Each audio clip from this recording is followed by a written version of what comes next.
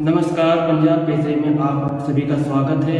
आज हम बात करेंगे और चर्चा भी करेंगे कि जिस तरह से नगर निगम का चुनाव चल रहा है, मेयर को लेकर इन्हीं सब के बीच में घमासान जो चल रहा है, उन सब के बीच में ये देखा गया, चाहे बीजेपी पार्टी की बात किया जाए, कांग्रेस पार्टी की बात किया जाए, उसके विषय में हम चर्चा करेंगे विस्तार से और ये भी बताएंगे कि इन अंदरूनी लड़ाइयों में किसको फ़ायदा होगा, किसको नुकसान होगा, ये भी हम देखेंगे। उन्हीं सब के बीच में सबसे पहले हम बीजेपी की बात करते हैं। बीजेपी की अगर बात करें तो बीजेपी पार्षद 88 यानी 88 पार्षद इनके पास है।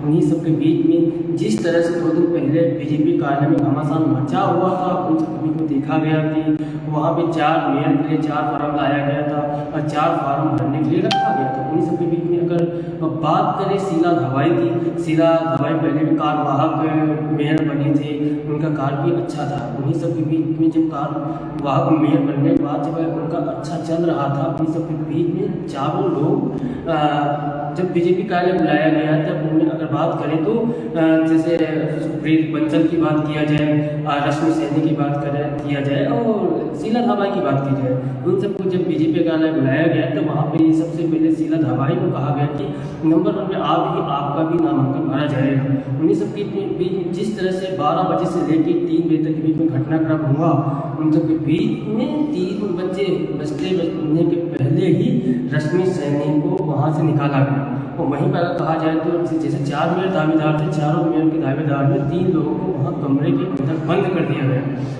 तो बहुत ज़्यादा उठापटक हुई। उन्हीं बज के बीच में अगर शीला धवाई की बात करें, शीला धवाई की बेटी है, उन्होंने बीजेपी के पार्टियों पर आरोप भी लगाया।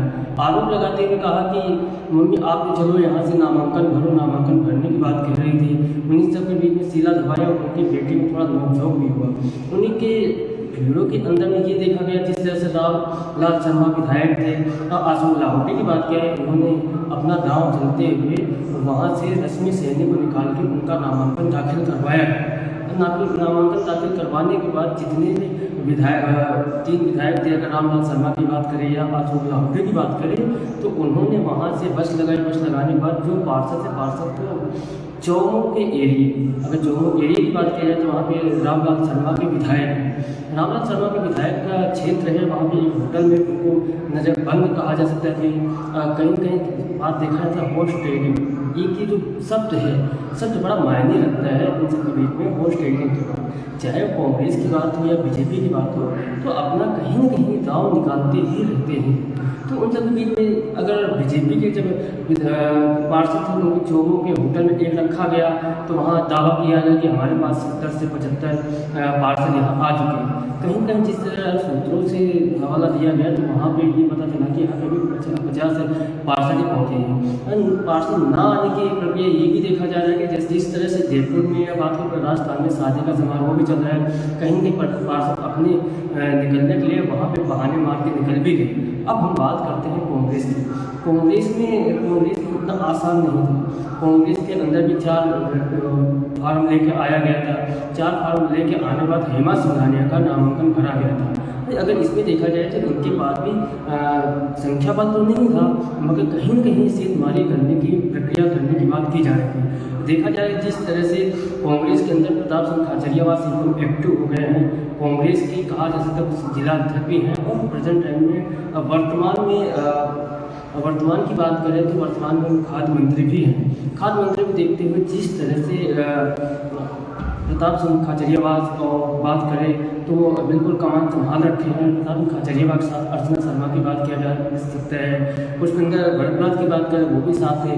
जिस तरह प्रताप सिंह खाचरियावास कभी पीसीसी में मीटिंग कर रहे हैं या होटल में मीटिंग कर रहे हैं, उन सबको नामांकन भरवाने के बाद उनमें जितने भी पार्षद हैं उन सबको देखा जाए तो पुष्पेंद्र भरद्वाज के एरिए की बात की जाए, सांगानेर में एक होटल लिया गया। वहाँ पे पार्षद के जो उम्मीदवार हैं, पार्षद के जो कैंडिडेट हैं, ये पार्षद जीते हुए उस होटल में रखा गया है और उनके साथ उनकी जो व्यवस्थाएं हैं उनको देखने पुष्पेंद्र भरद्वाज की बात करें, पुष्पेंद्र भरद्वाज और प्रताप सिंह खाचरियावास नजर आए हुए हैं। ये हालांकि ये भी देखा जाए जिस तरह से कांग्रेस के पास संख्या बल नहीं है, कहीं ना कहीं इनका आरोप जो लगाने की बात आ रही है कि बीजेपी के पास संख्या बल तो है मगर वो असंतुष्ट है पार्टी के कार्रवाई। तो ये कहा नहीं जा सकता कि या कांग्रेस की बात करें या बीजेपी की बात करें तो दोनों में अंदर खाने में एक बहुत आसान प्रक्रिया है, या उनके बीच में ये भी कह सकते हैं कि जिस तरह से अगर कहें कि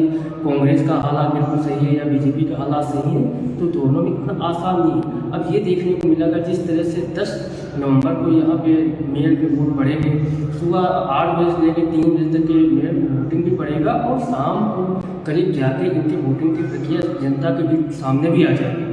अब अगर बात करें बीजेपी के विधायक की बात करें, जिस तरह बीजेपी के विधायक अगर रामलाल शर्मा की बात करें या अशोक लाहोटी की बात करें, तो आज अगर देखा जाए कि रामलाल शर्मा ने जिस तरह से प्रताप सिंह खाचरियावास के ऊपर पलटवार किया है कि वोट स्टैंडिंग करने की बात आपने, अब वहीं दूसरे अगर हेरिटेज की बात करें या ग्रेटर की बात की, जिस तरह से हमला बोला है रामलाल शर्मा ने, उन्होंने कहा कि सबसे पहले जिसमें आप खुद के कांग्रेस के मेयर हैं वहाँ पे काम नहीं हो रहे कि यहाँ की किस तरह की बात की जाए। अब ये भी देखने आप 13 महीने के बाद, क्या 13 महीने बाद राजस्थान में विधानसभा चुनाव भी है, तो कहीं न कहीं ये जो प्रक्रिया जो सामने आ रहा है पार्षद का लेके मेयर को, ये आने वाला वक्त बताएगा कि राजस्थान में या जयपुर की, जिस बात कर जयपुर की बात कर रहे हैं, तो मेयर अगर 10 तारीख में इनके खुलासे होंगे कि जयपुर में मेयर किसके बनेंगे।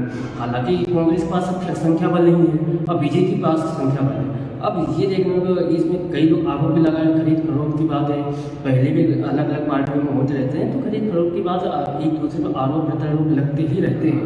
अब समय बताएगा, 10 नवंबर को देखने को मिलेगा कि प्रक्रिया के बाद कौन जीतेगा कौन हारेगा, किसके सर पे सेहरा होगा, ये देखने को मिलेगा। अब कौन सी पार्टी रोएगी या कौन सी पार्टी हंसेगी, होली या दिवाली से मनाने की प्रक्रिया सामने आएगी।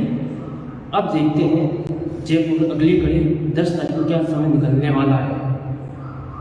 पंजाब केसरी से सहयोगी विजेंद्र सोलंकी के साथ हरनाम सिंह जयपुर।